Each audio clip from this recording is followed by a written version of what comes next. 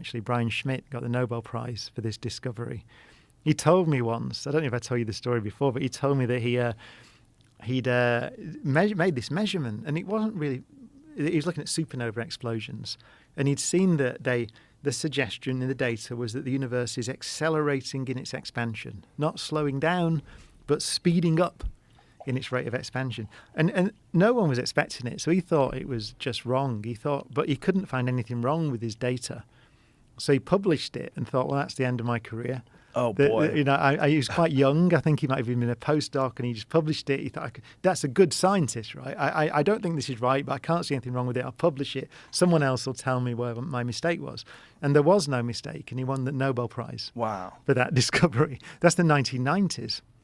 So this idea the universe is accelerating in its expansion, the way that it does that is really important. Is it going to carry on doing that? Is whatever's driving that expansion going to change in some way, which could actually recollapse the universe again? We give it a name, by the way, dark energy, this thing, but we don't know what it is. I think it's very fair to say. But it looks a bit like inflation, but it's way slower. So maybe they're linked, maybe it's the same kind of thing. We don't really know.